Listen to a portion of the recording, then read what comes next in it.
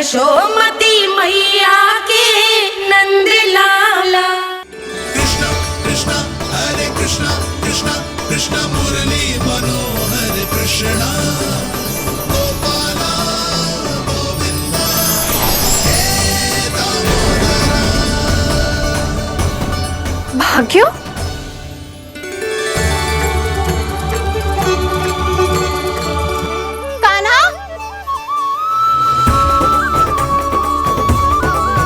एक तो चोरी की और ऊपर से मूर्ख बना के भाग को। ये ठीक ना है, मुझे यशोदा जीजी को बताना ही होगा, और वो भी इसके घर पहुंचने से पहले।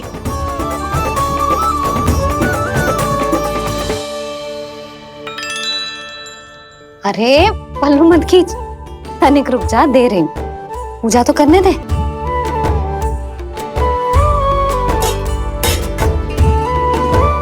ले, अब जितना मन करे उतना प्रसाद खा।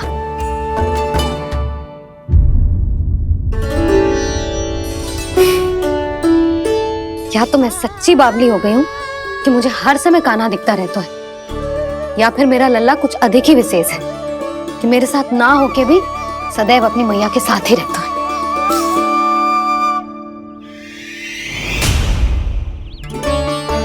आज तो कैसे प्राण बचे, नारायण ही जानते हैं। मैं तो पाऊ को सिर पर लेके ऐसे सरपट भागो कि पूरे गोकुल में बड़ बोले। इस समय तो बड़ी बड़ी मत हाको, पर असली लाभ तो वानर महाराज ने उठाया है। पूरी की पूरी मटकी अकेले लेके निकल लिए। ये हमारी प्रतीक्षा कर रहा था ताकि हम माखन बांट सके। हमारे साथ ना दाऊ, उनके साथ।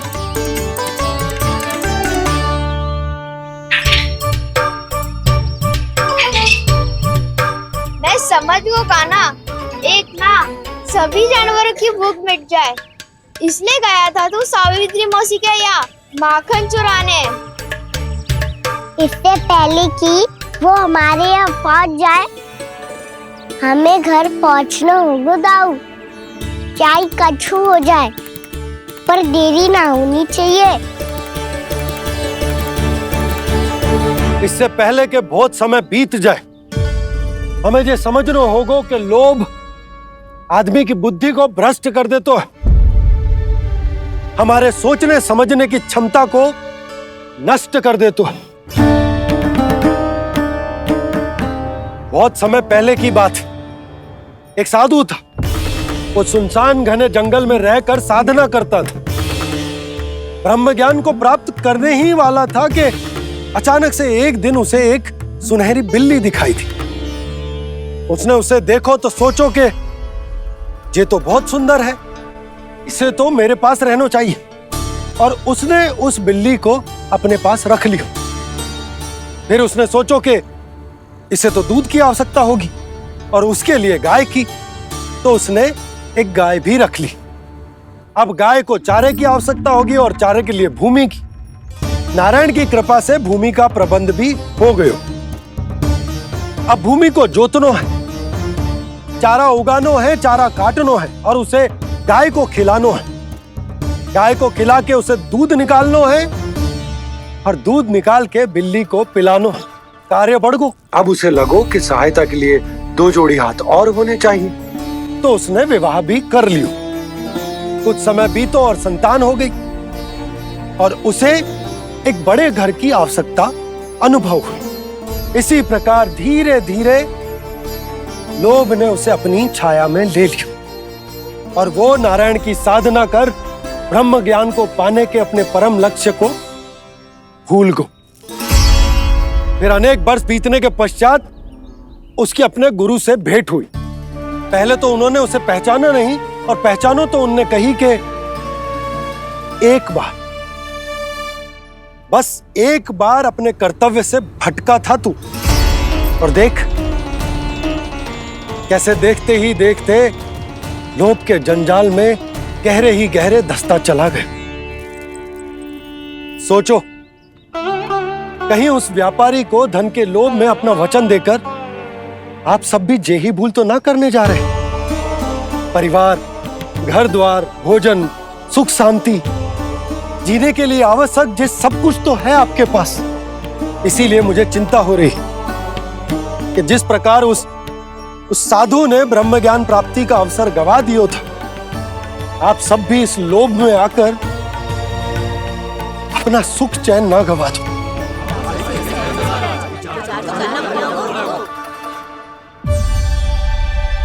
लग तो है बात सबको समझ आ रही है।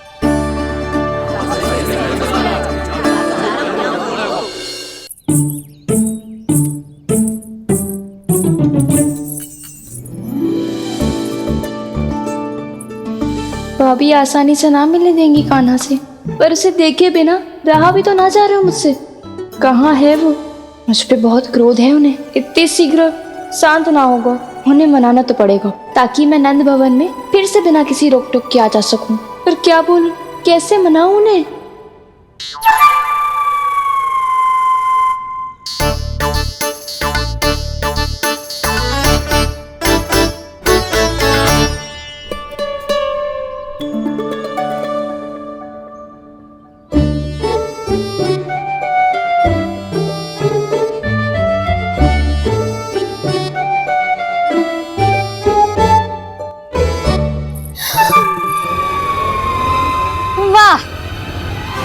जिसने मेरे लल्ला पर चोरी का आरोप लगायो, वो ही आज मेरे घर में चोरी चोरी प्रवेश कर रही है। नाना भाभी, ऐसी कोई बात ना है।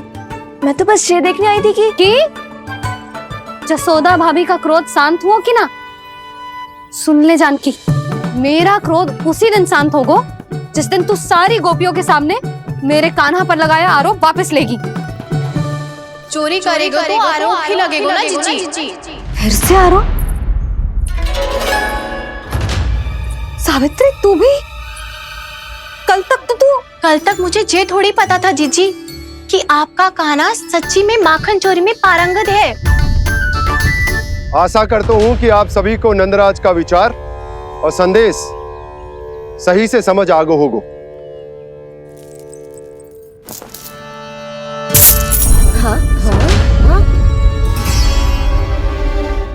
सिक्कों की खनक बता रही है कि पोटली कितनी भारी है। एक ही दिन में कितनी उड़न पा गई जे।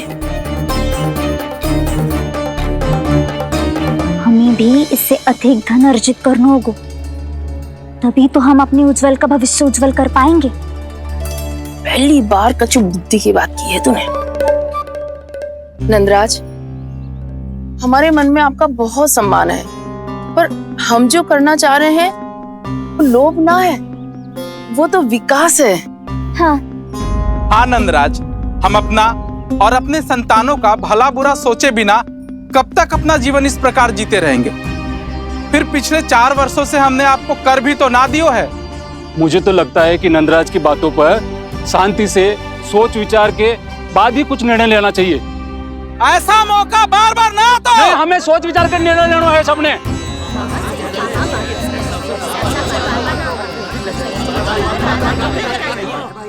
चोरी में पारंगत? हाँ जीजी, उसने टोली बनाई है और उसका नाम भी रखा है चौर्य विद्या प्रसारण टोली, और आपका कान्हा उसका अध्यक्ष है। अच्छा, तो कान्हा पूरी टोली लेकर आया था चोरी करने तेरे घर? और नहीं तो क्या।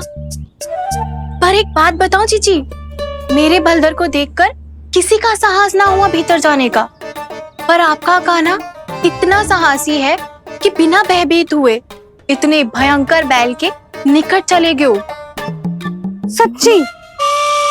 और तेरे रक्षक बैल ने कुछ ना किया उसे? है ना अचरज की बात। क्रोध के स्थान पर वो तो उसके सामने ऐसे झुक गो जैसे कि प्रणाम कर रहा है। और जीजी, आपका कान्हा साहसी ही ना, बहुत चतुर भी है। मैंने मटकियां बहुत ऊपर लटकाई थी, पर बताओ कि बिना चौकी के मटकी को नीचे उतारने का उपाय किसने ढूंढा? किसने? आपके चतुर कान्हा ने। उसने अपने सखाओं को पर्वत बनायो और एक पक्के सेनापति की तरह बिना भयभीत हुए उनके ऊपर चढ़ गयो और मटकियां उतारने लगो। और एक ही ना, तीनों की तीनों मटकियां उतार ली। तीनों? हाँ जीजी, और वो इतना दयालु है कि पहले एक मटकी का माखन सब में बांट दियो और फिर बचे हुए 2 मटकियों में से एक मटकी अपने सखाओं को दे दी और फिर दूसरी मटकी एक भूखे वानर को दे दी। और फिर जब मैं उसके सामने जाके प्रश्न करने लगी तो उसने मुझे अपने तर्कों के जाल में उलझाया और बड़ी आसानी से सिद्ध कर दिया कि वो तो परोपकार कर रहा था। मैं तो देखती ही रह गई और शब्द तो ऐसे झड़ते हैं मुंह से जैसे कि फूल। रुक जा सावित्री, पहले तू ये निर्णय ले ले कि तू मेरे लल्ला का गुणगान करने आई है कि उसकी निंदा करने। निंदा करने ही आई हूँ जीजी, जानकी सत्य कह रही थी। आपका काना माखन चोर ही है और बलराम के साथ भागा था। बलराम क्यों? वो तो साक्षात गरुड़ देव की पीठ पे बैठ के उड़ के आयो है, तभी तो तुझसे बहुत पहले आके यहाँ बैठ गओ ना। आ देख ले, आजा। देखो कैसे बैठ के सब पहरा दे रहे हैं कि कोई पंछी अनाज ना चुगले, और तुम दोनों व्यर्थ में इन सब पर दोष लगा रही हो। कान्हा के निकट जाने का प्रयास भी मत ही करना। पहले मेरे लल्ला पर आरोप लगाती हो, फिर उससे मिलना भी चाहती हो।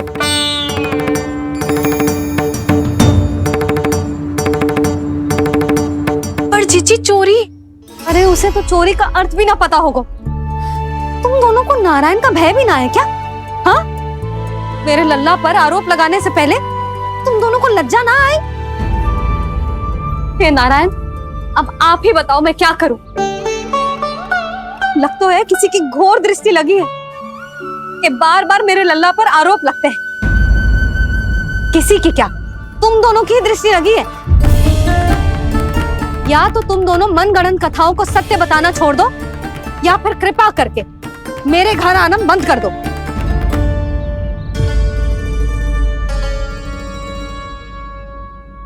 अब दोनों मुंह क्या ताक रही हो?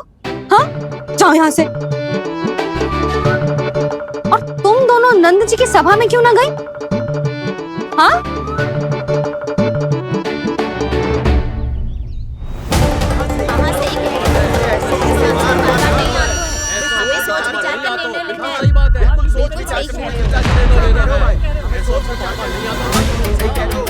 जी कौन? पहले तो कभी ना देखो इसे।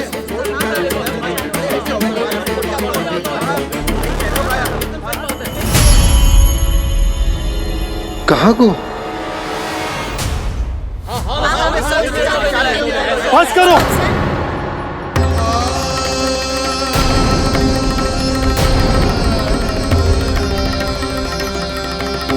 मेरी आंखों के सामने मैं गोकुल में इस तरह फूट पड़ते ना देख सकता।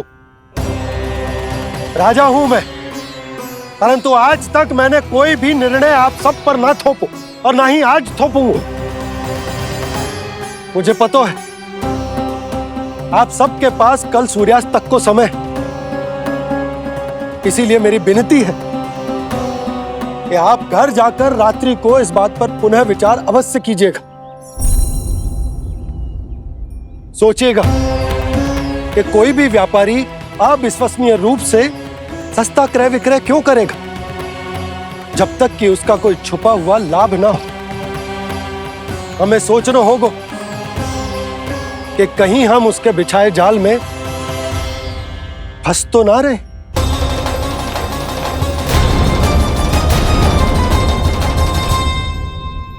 बच गए भैया, जैसे तैसे ही सही, पर समय से पहले पहुंच ही गए हो। सावित्री मौसी कनेक सी बात को इतना बड़ा चढ़ा के बोल रही थी जितना उज्जवल भी ना बोलतो।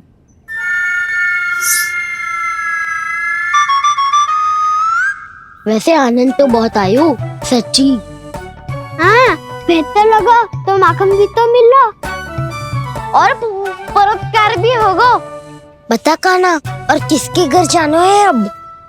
आज ही तो हमें शिक्षा मिली है, इतनी शीघ्र भूल गए तुम सब। लोग के चक्कर में पड़ोगे तो फंसोगे। लोग के चक्कर में पड़ोगे तो फंसोगे।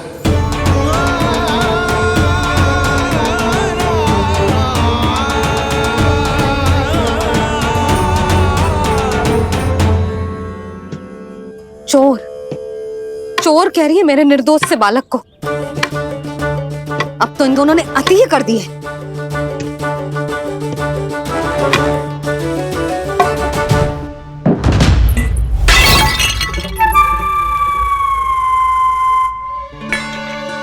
से भी अभी फूटना था। वैसे ही मैं इतनी चिंतित हूं। कैसे समझाऊं इन गांव वालों को?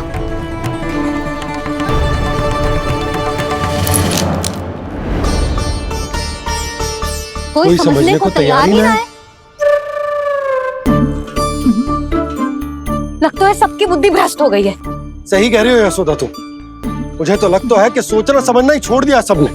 अनेकों तर्क देके समझा दियो, सिद्ध कर दियो, पर इनकी मोटी बुद्धि में कछु आता ही ना है। यशोदा तुम तो तर्क की कह रही हो, मैंने तो उदाहरण देकर समझाने को प्रयास किया, पर अपनी बुद्धि के आगे कछु ना समझ में आ रहा इन गांव वालों को। क्या सारे के सारे गांव वाले मेरे लल्ला पर आरोप लगा रहे हैं? जी क्या कह रही हो तुम? मैं तो गांव वालों की बात कर रहा हूं जो नारायण के नाम पर वचन देकर उस अपरिचित व्यापारी को अपने दूध, दही, घी, माखन सब देने को तैयार है। लो कर लो बात। मैं गोपियों की बात कर रही हूँ जो लल्ला पर माखन चोरी का आरोप लगा रही हूँ। और आज तो सावित्री ने भी लल्ला को माखन चोर कह के पुकारो है।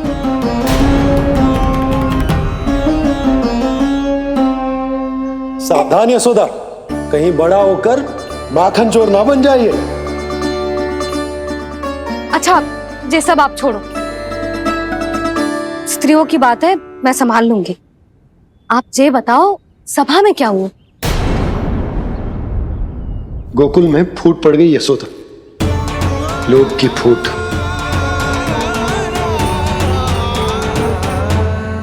अरे रुको रुको रुको, व्यापारी जी रुकिए रुकिए।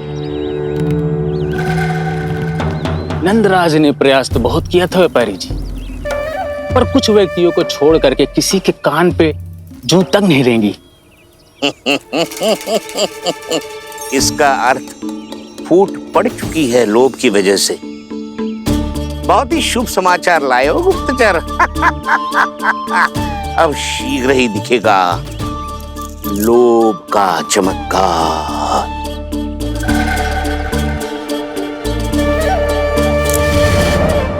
लोभ से बचने को जो पाठ हम कान्हा को पढ़ा रहे थे ना, आज वही पाठ मैं इन गांव वालों को समझाने में असमर्थ रहा। आप चिंता मत करो जी, धीरे धीरे सब ठीक हो जाएगा। तब तक बहुत देर हो जाएगी यशोदा। ये गोकुलवासी मेरे अपने, उन्हें अपनी आंखों के सामने मैं भूल करते ना देख सकता। वो सुलक्षणा, वो उस व्यापारी के प्रभाव में आ गया, और शंकरी मौसी और सुमति भी सुलक्षणा के मार्ग पर ही चल रही। कान खोल के सुन ले बहू, आज से घर में दूध पीनो बंद, दही खानो बंद, और माखन तो बिल्कुल न खानो। पर मैया, पर किंतु परंतु कुछ ना सुननो मुझे। सुलक्षणा की जैसे धनवान बननो है कि ना?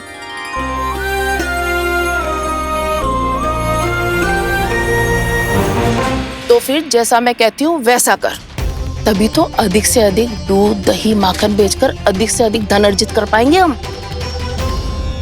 सुलक्षणा को उस व्यापारी की तरह धनवान बनना है और शंकरी मौसी को सुलक्षणा की तरह। ऐसे तो पूरा गांव ही लोभ में पड़कर कल उस व्यापारी के पास पहुंच जाएगा। अब तो फिर स्त्रियों को मुझे अपने ढंग से समझाना पड़ेगा। अब गोकुल वासियों को चाहे कोई भी कितना भी समझा ले, बुझा ले, ज्ञान बांटे, उन्हें केवल एक ही भाषा समझ में आएगी, लोभ की भाषा। लगता है आपके पास बहुत उत्तम योजना है व्यापारी जी। सब झटक लूंगा।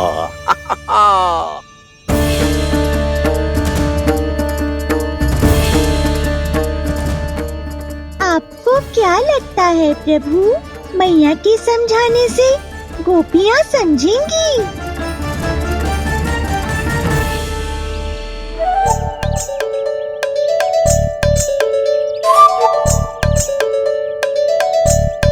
कान्हा, और कितनी प्रतीक्षा करवाएगो? अब बता भी दे, माखन चुराने किसके घर जाना है? इतना आसान ना है निर्णय करना। समय लगता है, सोच विचार करना पड़ता है, पर ये निर्णय किया कैसे जाए पता है मुझे। लगता है ये निर्णय करना पड़ेगा कि बचना कैसे।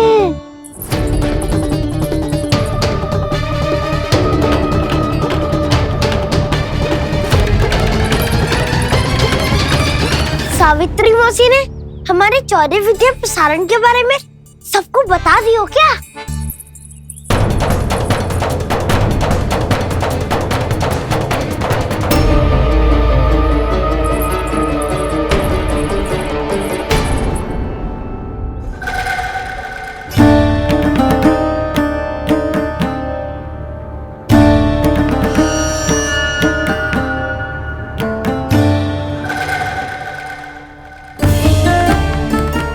शीघ्र आओ, छोटी माँ बुला रही है।